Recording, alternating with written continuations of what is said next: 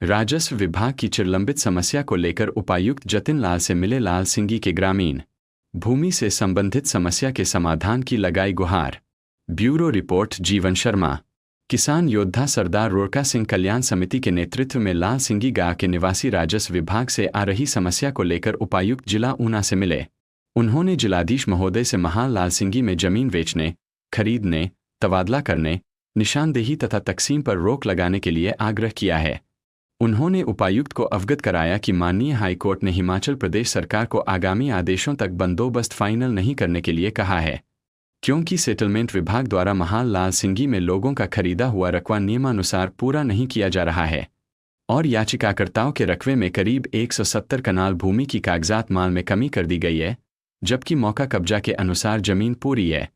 उन्होंने बताया कि 13 मई 2008 को वित्तायुक्त एवं सचिव राजस्व ने भू व्यवस्था अधिकारी को आदेश दिए थे कि महाल लाल सिंगी का बंदोबस्त कब्जा मौका के आधार पर किया जाए, क्योंकि यहाँ का लट्ठा बुरी तरह क्षतिग्रस्त हो चुका है तथा असल मुसावी एवं मोमी तहसील व जिला कार्यालय में उपलब्ध नहीं है।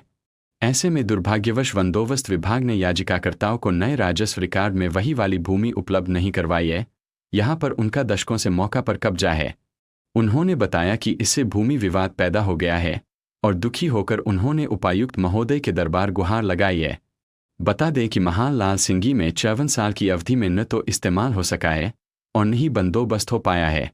इसलिए ग्रामीणों ने जिलाधीश महोदय से आग्रह किया है कि महाल लाल सिंगी में याचिकाकर्ताओं को न्याय दिलवाने के लिए जमीन बेचने, खरीदने, तबादला करने, निशानदेही व तकसीम पर हाई कोर्ट के आगामी आदेशों तक रोक लगाई जाए। इस अवसर पर समिति के अध्यक्ष इंजीनियर बलवीर चौधरी, हरोली मंडल के अध्यक्ष जसपाल चौधरी, गगरेट मंडल के अध्यक्ष इंजीनियर दुलंभ सिंह, हरोली मंडल के रविंद्र खसरू विशेष रूप से उपस्थित रहे। उपायुक्त ने एसडीएम व तहसीलदार को दिए उचित जांच के निर्देश। वहीं उपायुक्त ऊना जतिन लाल ने ग्रामीणों की समस्या को ध्यान से सुना और कहा कि यह राजस्व विभाग के सेटलमेंट विंग का मामला है। फिर भी उन्होंने एसडीएम और तहसीलदार को इस मामले की उचित जांच के आदेश दिए हैं और उन्हें आश्वासन दिया कि वह जल्द ही इस समस्या का समाधान निकालेंगे। मामला ये है जी कि ये जो महाल लाल सिंगी का ना तो अभी तक इस्तेमाल हुआ है और ना बंदोबस्त हुआ है जी।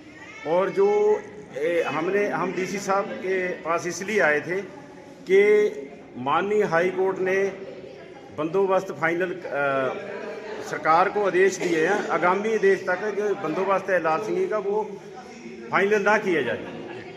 तो हम डीसी साहब के पास आए थे कि जब तक हाई कोर्ट के अगले आदेश नहीं आते तब तक सेल, परचेज, डिमार्केशन, पार्टीशन, ये सारी जितनी भी ट्रांजैक्शन है लैंड की वो बंद किए जाए, क्योंकि इन ग्रामीणों की जो लैंड है वो 170 कनाल ज़मीन जो है खरीदा हुआ रकबा वो जो है वो कम कर दिया है।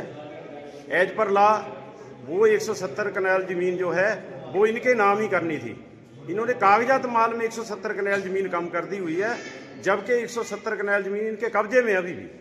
क्योंकि हम सबको पता है जब ज़मीन परचेज करता है कोई भी किसान तो उसी दिन उसको कब्जा मिल जाता है। उसी दिन से इनका कब्जा जब से इन्होंने ज़मीन खरीदी हुई है, लेकिन कागज़ों में ज़मीन कम कर दी इनकी, जो मतलब बिल्कुल ही इनके साथ अन्याय है और अब तो जबरन कब्जे भी कर रहे हैं इनके ऊपर।